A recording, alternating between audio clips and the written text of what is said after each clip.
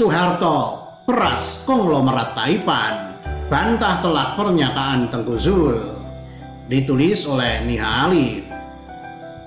Rupanya cendana beserta anteknya benar-benar akan membangkitkan era kekuasaan Orba ke Indonesia, mulai dari isu PKI beserta atributnya yang didukung ormas-ormas radikal hingga mengingatkan kebaikan Orba.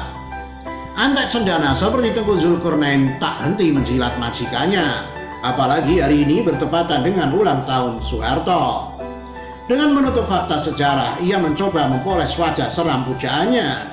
Pernyataan Tengku Zul bahwa hanya Soeharto satu-satunya presiden yang putus hubungan diplomatik dengan Cina dibantah telak oleh fakta sejarah. Sebelumnya diberitakan Tribunnews.com, Ustadz Tengku Zulkarnain menulis jumlah kehebatan Soeharto dan tindakan-tindakan fenomenalnya saat menjadi presiden. Berikut cuitan Tengku Zulkarnain @Ustadz Tengku Zul. Pak Harto 8 Juni 1921. Beliau tokoh NKRI, anti PKI, komunis pengkhianat bangsa. Diangkat jadi pejabat presiden oleh MPRS yang di bawah pimpinan Jenderal A.H. Nasution. Memutuskan diplomatik dengan Cina tahun 1967. Menutup semua aib presiden sebelumnya. Mikul dur mendem jeruk. Al-Fatihah. Aneh, meski dinyatakan telah memutus hubungan dengan Cina, Soeharto dikabarkan memeras konglomerat keturunan Cina untuk mendanai politiknya. Seperti dilansir Merdeka.com, hubungan simbiosis mutualisme antara Soeharto dan Lim Sio-yong memang sudah berlangsung lama. Soeharto sudah dikenal melindungi usaha Lim agar berlangsung tanpa hambatan. Selain itu, bisnis Lim juga semakin jaya karena dilindungi dan memonopoli di setiap sektornya. Lalu apa keuntungan yang ditawarkan Lim sebagai imbalan atas perlindungan yang diberikan oleh Soeharto? Dalam buku bertajuk Lim Sio-yong Salim Group, The Business Pillar of Soeharto's Indonesia, Lim akhirnya membeberkan apa saja hal dia berikan ke Soeharto sebagai balas budi.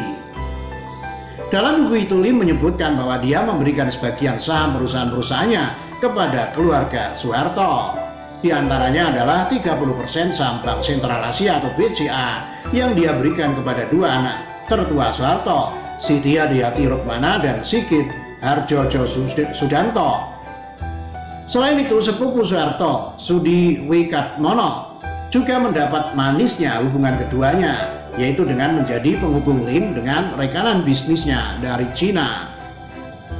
Namun, nama Lim yang lebih terkenal sebagai Cukong Soeharto tidak membuatnya merasa negatif.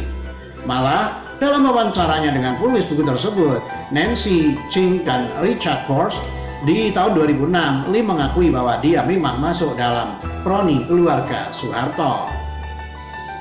Ya, saya adalah antek, tapi saya bukan antek yang buruk, ujar dia. Memang Lim terbukti menjadi sapi perah Soeharto untuk waktu yang lama. Lim juga menjadi lumbung pendanaan kampanye Golkar di setiap masa pemilu. Sofyan Manandi dalam buku tersebut menjelaskan bahwa sebelum pemilu dimulai, Soeharto akan memanggil Taipan Cina dan meminta dana dari mereka. Kita harus memenangkan Golkar. Untuk itu, saya akan meminta Lim Sio-yong untuk menarik dana dari kalian, ujar Sofyan menirukan Soeharto.